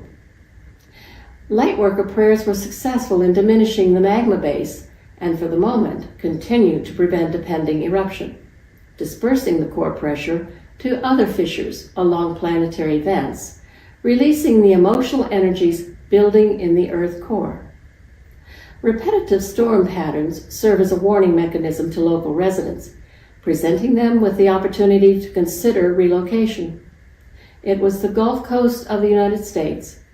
While hurricanes along coastal regions are an inevitable event, 4 hurricanes directed at the same location might signal something more. What negative frequency could have fueled the pathway of the storms? I'll let you ponder this for a while. Storms act as clearing vortices.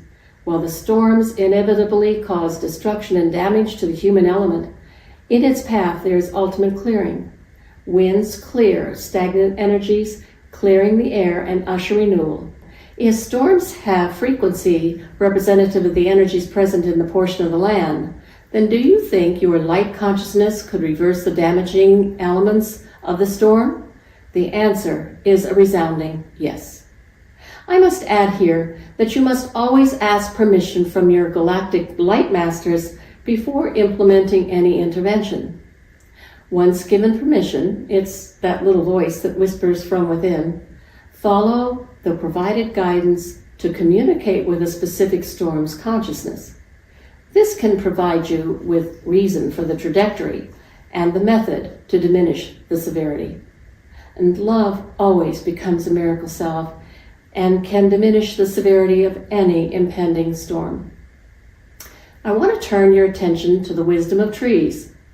We all know how protective any mom can be over her babies, but had you thought this might also apply to the consciousness of trees? According to a Smithsonian article, March of 2018, A wise old mother tree will feed her saplings with liquid sugar and warn neighbors when danger approaches and begin to launch protective measures. That's pretty amazing. And according to German botanist Peter Wohlleben, trees are connected to one another, sharing water, nutrients, and sunlight. Furthermore, trees can detect scent and experience pain when cut. They can sense danger and launch a chemical attack to discourage an intruder while warning surrounding trees of a pending onslaught. And did you know trees provide healing? Have you ever hugged a tree or asked it to share its wisdom? You might be surprised at the response. And according to some extraordinary emerging experiments, trees can count, learn, and remember. What vast knowledge could a tree provide, absorbing the experience of its inhabitants over centuries? We all know that plants provide us with medicinal properties, provide shelter, nourishment, and even clean the air we breathe. But would you believe that plants emit sound? This is very cool. I want to share with you the sound of plants. If you go to YouTube, type in the search bar, plant wave, and you can listen to a chorus of sound produced wholly by plants.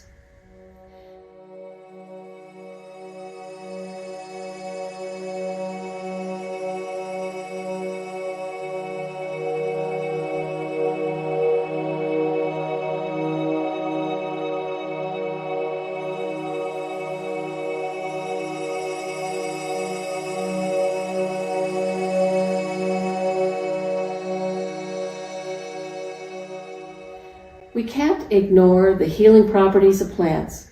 Sean Connery starred in the movie Medicine Man, which focused on the healing elements of specific plant found only in the Amazon. Well, the Shipibo tribe of the Amazon has been introducing individuals to the medicine of plants. The theory is that when offering is made to a specific plant, it imprints its energy to align with your specific healing needs. Rather amazing. And certainly meets the definition of consciousness provided by Webster's dictionary. I'm going to turn your attention to the insect realm. Nearly 25 years ago, Michelle Wright began experimenting with the idea of providing an insect garden to prevent insects from feeding on garden crops. The insect garden was so successful, not one crop was compromised. And to showcase her experiments, the Perelandra Nature Center was founded in 1995.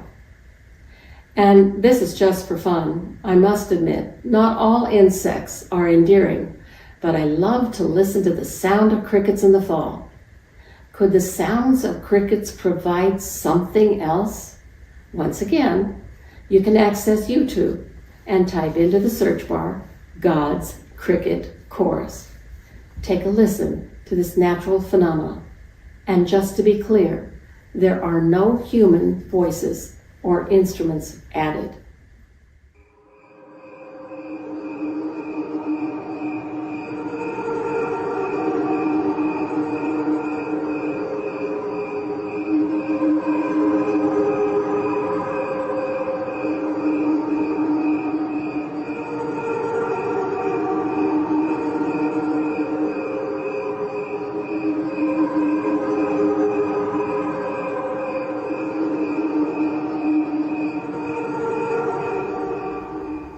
Now I want to turn your attention to the animal world.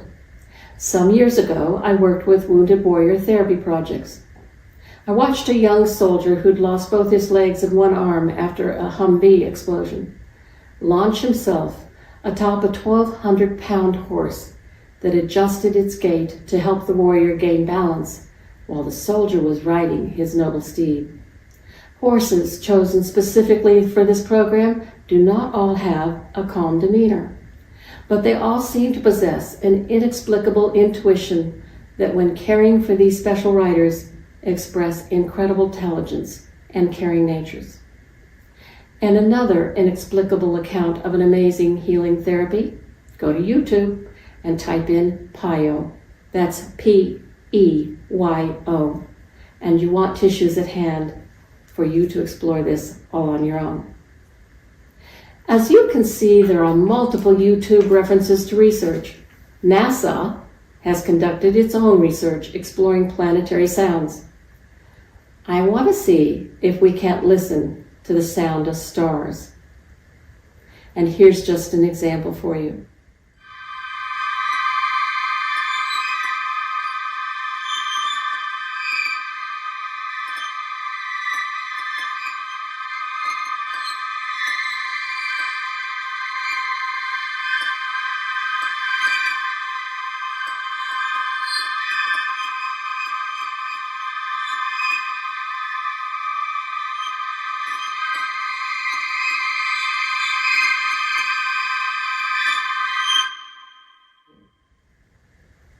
I've provided you with several different scenarios of your conscious, sentient world.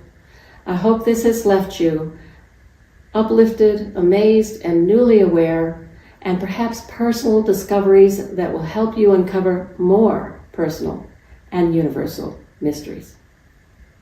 Once again, I am Jilliana Raymond, a wisdom teacher, an energy sensitive, and a quantum healer.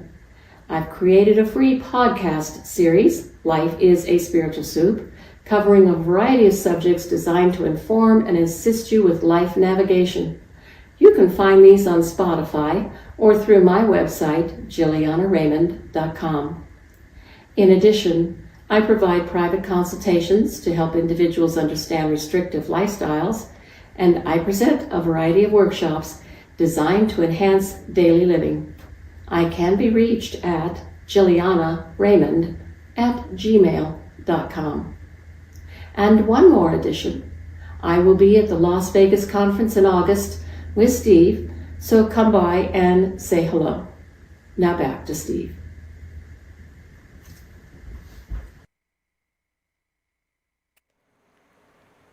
Hi, everybody.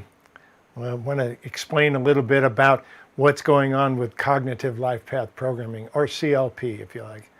It's a new modality. It's a wonderful modality that the group has been showing me, bringing parts of many of the other aspects that they've worked with over many years now, including inverse wave therapy, but a whole lot easier to work with.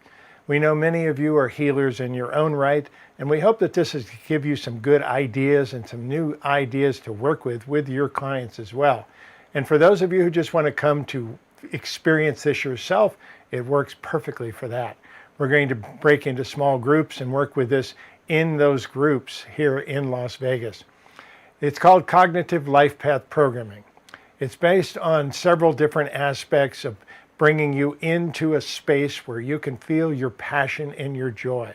Once we locate that, we'll find any restrictions that stand in the way of that, whether they come from previous life experiences or the experiences that you've had in this lifetime. We'll work with all of that energy to be able to clear that, to understand where those restrictions come from and rewrite them, remove them entirely. Then we're going to give you the courage and the energy to move forward and give you all the support around that you would need in this modality. It is a modality that we'll be teaching. There will be a workbook involved that we will deliver through a PDF that you can either use on your cell phone or your laptop, or you can print it out to bring it with you. We're going to be working with this for 3 days on August 26th, 27th, and 28th here in Las Vegas, Nevada. I'm very excited to be doing in-person seminars again. It's been several years since we've been able to do this, and we're going to start moving this in different places. We hope to be teaching it in the Netherlands here very soon as well. So this is a great opportunity to not only come back and learn a powerful modality, but also to connect with other light workers from different parts of the globe and different places that you can share energy and make lasting contacts with. It's a family gathering. It's a light worker gathering. We hope you come and join us in Las Vegas, Nevada, August 26th, 27th, and 28th. It's a very special place, too. We're going to be in the Binions Casino, which is actually upstairs. We have a very special room. It's a huge room that we're going to only take a small part of, but it's a very special place. Binion's is a casino and a hotel inside called the Apache Hotel. You can either stay in the Apache Hotel or you can stay across the street in the Four Queens. We've reserved a block of rooms in both. And the Four Queens is a very nice older hotel that is on the Fremont Street Experience, which is where this whole process takes place. In Binion's, you can stay in the Apache Hotel if you like. The Apache Hotel has a history of being haunted. So that's where we're actually doing the seminar, and you can stay there. You can stay in the, you can stay in the Four Queens if you'd rather, but there's lots of rooms reserved for you in those areas. Those blocks do fall out on July 25th.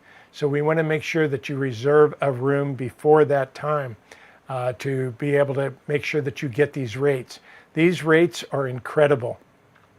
This hotel really wants to work with its patrons and bring people back on a regular basis. And they really want us light workers to come again. So they've given us a very good rate on this. And many of you who've stayed in Las Vegas know that there are these crazy resort fees, sometimes up to $50, $75 a night that they add on top of the rate when you get here. There is no resort fees in either one of these hotels. And it's the only one that we know of in Las Vegas that does that. So we're glad to offer you this very honest place and this wonderful place to come together to not only experience this, but there's going to be a lot of opportunities to find out, to experience Fremont Street, which is the old section of Las Vegas. It's been redone over and again. It is very exciting to be there. There's a lot of nightlife if you're interested, and you don't have to go walking up and down the strip to find it. It is right there. Check out the page that we've made for you to describes the whole process, and check out the opportunity to learn this CLP, the Cognitive Life Path Programming, new modality that we're teaching. It will be a certified modality. We're very honored to be back on the road and be teaching again in person. This is the first time in a long time in the United States. We're honored to be back. We hope you come join us. A spa for everyone.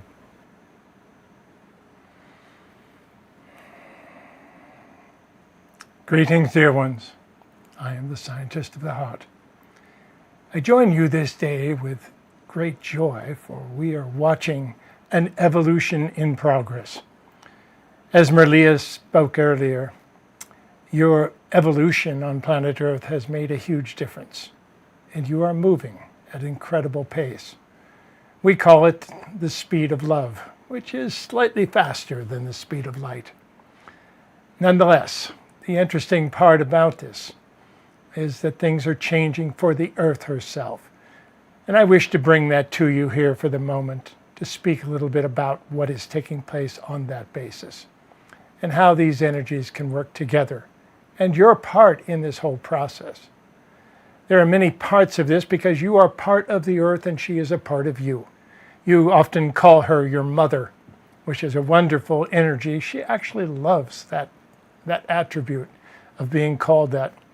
For your connection to her is very, very strong, and yet often ignored, or often not being aware of in many times.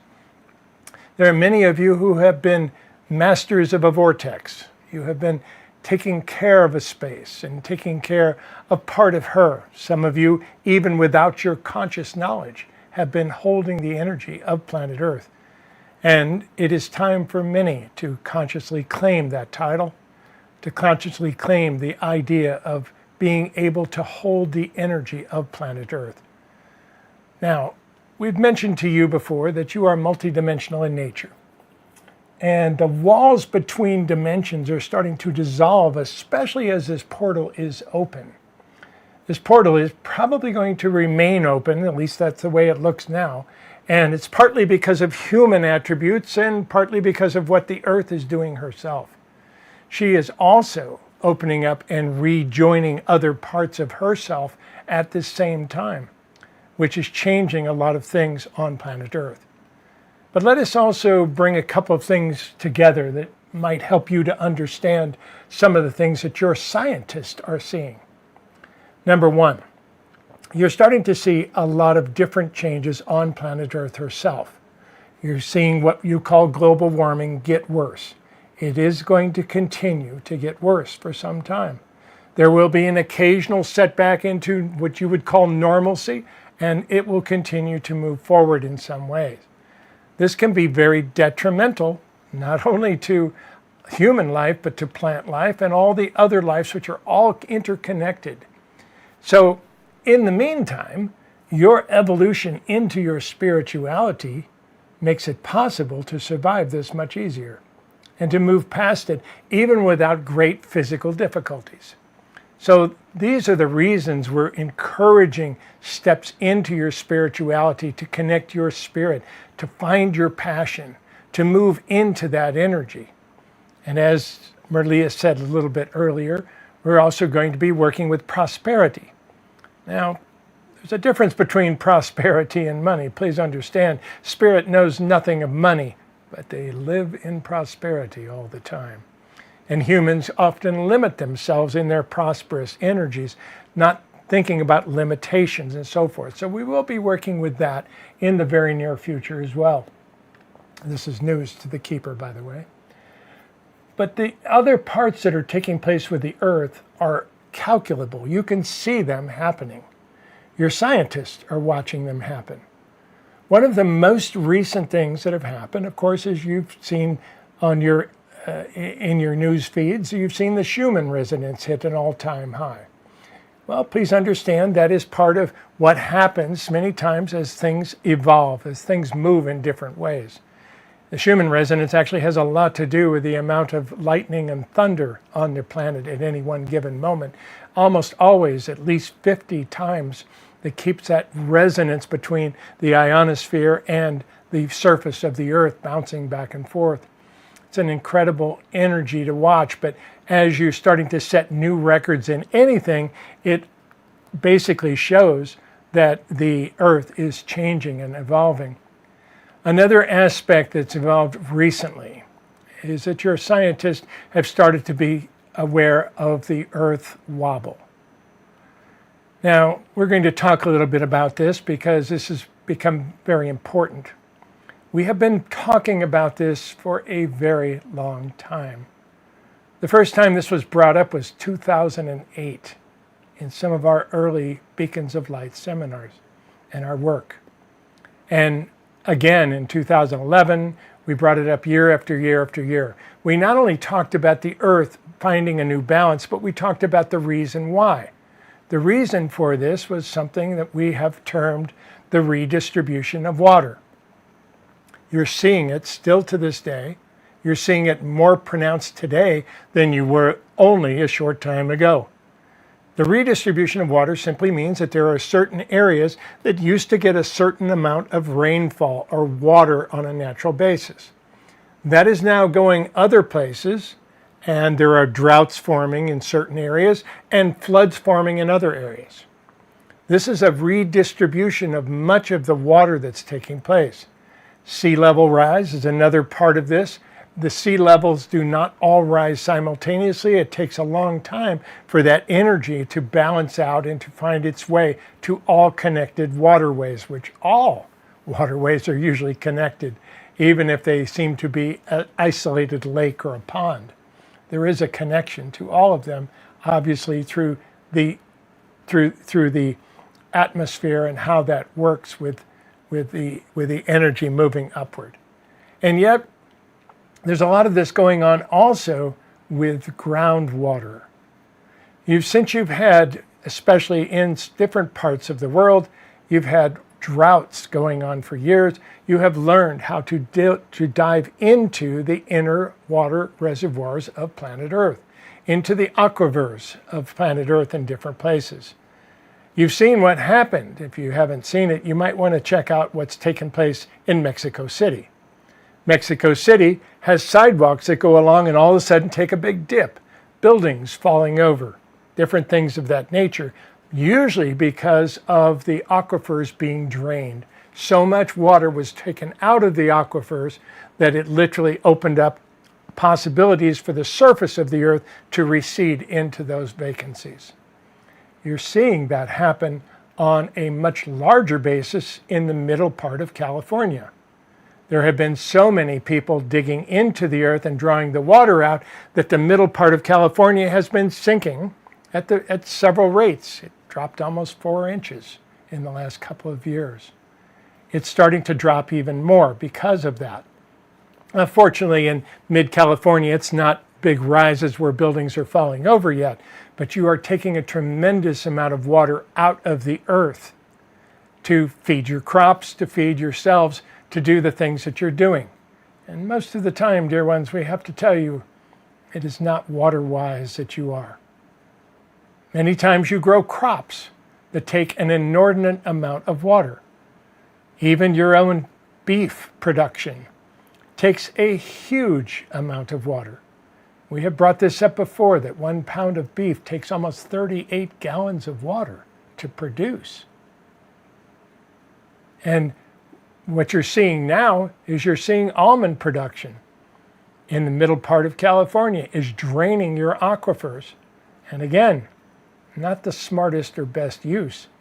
Yet, since it's there, since money's involved with it and so forth, it doesn't change easily. So understanding what's taking place. Now, with these aquifers moving, you also have the redistribution of water.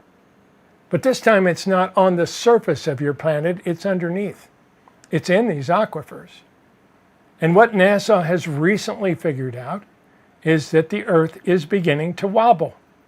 She's always been on an axis which has been slightly off center, 23 degrees, and always moving in that way. And it's actually that wobble that often produces, as it circulates through the year, it produces your seasons and shows you different seasons in your relationship to the sun. And it's why you have warm summers and cold winters, because that wobble takes you further away from it depending on where you are. But that wobble is starting to grow. And that is new information from your sciences, that they've recently found out that that wobble is real, and something that we've predicted that was happening back in 2008 is actually something that they're calling the wobble of Earth. Interesting. It's happening, dear ones. It's taking place on a lot of different levels. So you've got the Schumann resonance, which hit new high, that indicates change. You've got the wobble of planet Earth. You've got the redistribution of water, which you're dealing with all the time. It's the reason for the hurricanes. It's the reason for the massive tornadoes you're seeing. It's the reason for the superstorms that move inordinate amounts of water almost overnight. And it's taking place more and more and more. Now, there's several other aspects that we wish to bring you aware of. We've talked about some of these a long time ago, but haven't brought them up recently. It's time to talk about the magnetic field of planet Earth. The magnetosphere is changing. It's always changed. It's always moved. You even had your northern poles move, your magnetic northern poles. They're not the same as your magnetic north is not the same as north. It's always moved around a little bit. It's moved as much as 10 miles per year on a fairly regular basis. But last year it moved 42 miles. And it's increasing a little bit every year. Now, 42 miles of a change of magnetic Earth is not much. You're not having to recalculate anything that you're using, because in reality, you're not using compasses to guide your way anymore. You're using satellites. You're using GPS, which works on a different basis. However, your magnetic field is beginning to reduce and change. And we can tell you also that the Earth has changed poles many times, at least 6 times that you're aware of, that the north and southern poles have switched and changed in a polar shift. This is not where the Earth seems to turn upside down, because in space there is no upside or downside. So that really isn't relating to anything. Yet the magnetic poles do. Now your sun changes poles every 12 years. It goes through something called solar maximus, and it shifts, and then it starts the whole cycle all over again, going into solar minimus. And as you get into solar maximus, which you're starting to really get into now, you see the solar flares, which again are huge for planet Earth, because they charge the Earth with all sorts of energies that you know very little about. Some of these are very powerful, and they charge you as well. So these magnetic waves that hit the planet charge the Earth with a lot of different things. Now, with this, the magnetosphere of Earth is starting to reduce a little bit. At the same time that the magnetic north is starting to move at a faster pace. Is this a polar shift? Yes, it is. Is it going to happen right away? No, it's not, but it's moving in that direction, and it's adding more stress to the Earth. At the same time, the Earth herself is making massive moves to change her energy to be able to support the 8 billion souls that now weigh her down, and to work with this. And you can be a part of this. You are a part of her in very innate ways and inseparable ways, and you can make a massive change with her as well. And we'll show you several different ways that you can do this, but most of you know, just simply paying attention to her, taking a walk in the woods, refreshing yourself, honoring nature, be watching the ways that you pollute, watching the ways that you use energy, watching the ways that you use water, can all work with her to help in this process. But the polar shift, it happens roughly once every 300,000 years. You're currently 480,000 years overdue for a polar shift. It's been 780,000 years since the last polar shift for something that traditionally happens every 300,000 years. So you're due. And you're starting to see signs of it. Watch for valid information. We say that because there will be all sorts of conspiracy theories about this. There will be all sorts of invalid information out there as well. But you have scientists and you have agencies and different governments that regularly post valid information that you can see. NASA, ESA are both talking about this. The European Space Administration and NASA are all talking about this now. You can find information freely available on their websites. You can find more about this. Now, how does that really affect you? Do you need to worry about this happening in your lifetime? Well, we tell you, dear ones, a lot of things are going to be happening in your lifetime. It's why you're here. It's the reason that many of you came back from 300 years in the future out of your lives to try and make a difference right now. And even though most of you don't have a clue about that or don't have any memories of that, that was as it should be. It wouldn't be appropriate for you to know that. But your heart energy carries that energy, and you know the way home. You know the way out of this. Many of you can have a huge effect on planet Earth just by following your heart. And that's why we tell you how much love can you hold. Not only for each other, not only for every other part, but every part of your experience. What if you learned to love the difficulties in your life? What if you learn to look at things in a different aspect? What if you learn to even look at some of the changes that are taking place on planet Earth, and rather than going into fear, you can go into love? That works. You are creator beings, each and every one of you. You also have massive things going on with technology. You've heard all the things and the scare tactics about artificial intelligence. Yes, it is happening. And yes, there are many things that are going to hit your societies like a tidal wave that you've never seen before. The energies, as we've mentioned before, the energies of you discovering television changed your world. The radio, television, those communication levels changed everything about humanity. Later on, you discovered the computer. Later on, you discovered the cell phone. All of these things have been massive changes. If you combine all of them, they're not going to make the difference that artificial intelligence is going to make. Brace yourself. The earth is wobbling. You can hang on. There are things to do. Now, what to do in these orders? Well, first of all, know that. Know that there are certainly bad actors on planet Earth who are going to try to use this for nefarious purposes. Of course there are. You live in a field of duality. Look beyond the duality. Look at the ways that you are alike instead of the ways you are different. Do not let them separate you. And do not let the technologies separate you. You can see this. Almost everyone is now aware of things that we have been speaking about social media causing much of this division. It's very simple. You put yourself in a house of mirrors, you reflect your energy of just things that you like, you lose sight of the larger aspect of humanity. And the algorithms aim to sell you things or influence you in certain ways will add to that exponentially.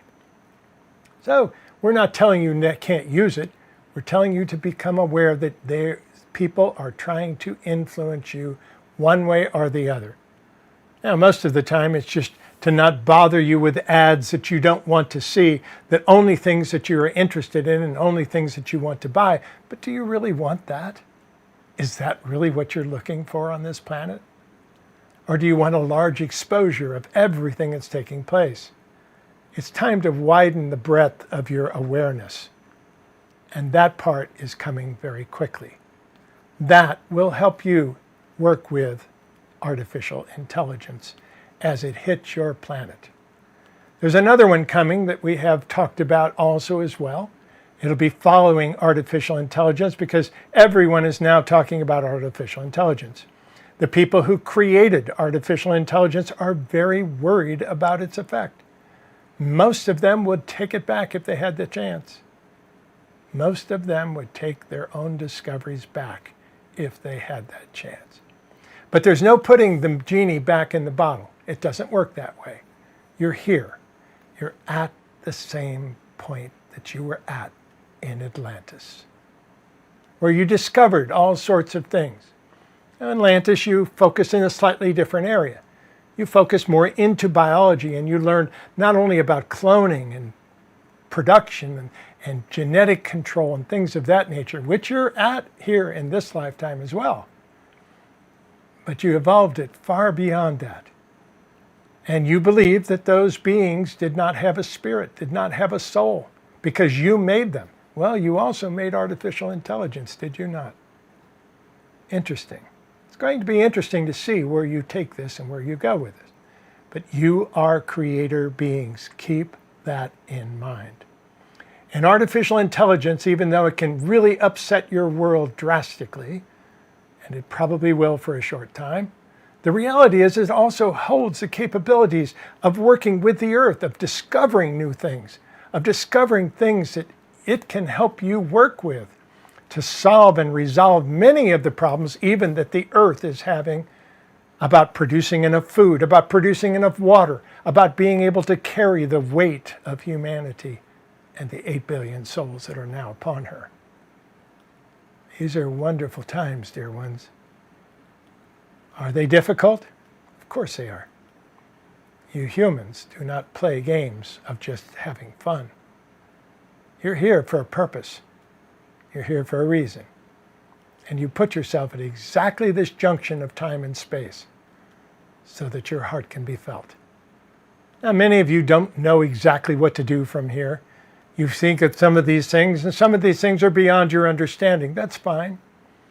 But also know that they're beyond the understanding of most of the people who make laws on your planet. Most of the people who create laws and protect you from different things don't even know what social medias work, how they work. They have no clue about much of this because your technologies have moved so incredibly fast during this time. But you know, one of the reasons that your technologies have moved so incredibly fast is because you were given help. You were given assistance from some of your space brothers and sisters, you call them.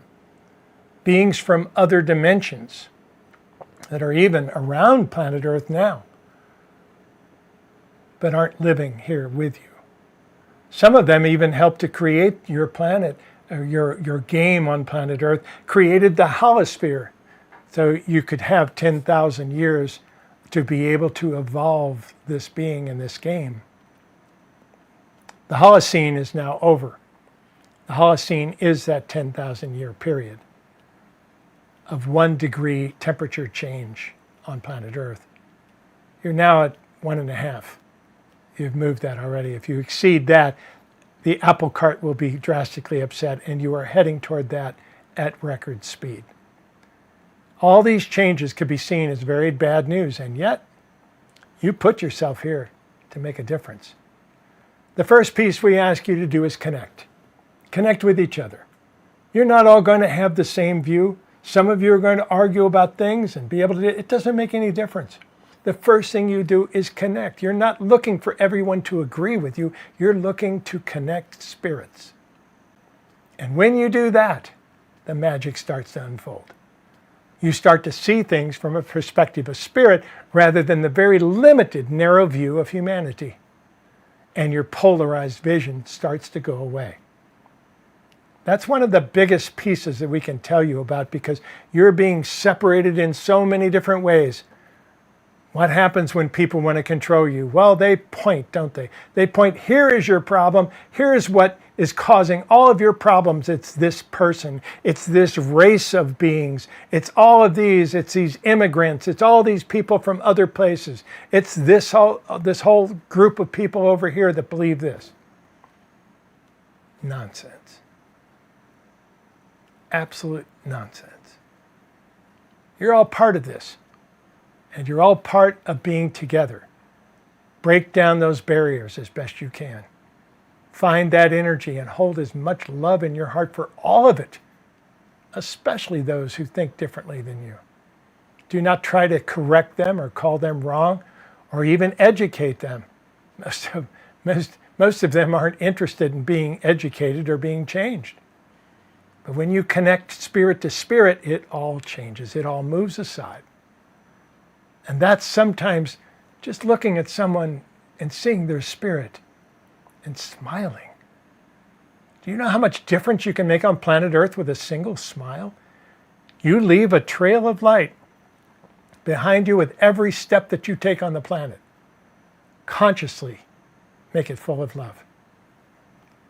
Love every minute of your exposure on planet Earth, and you'll start to change this planet.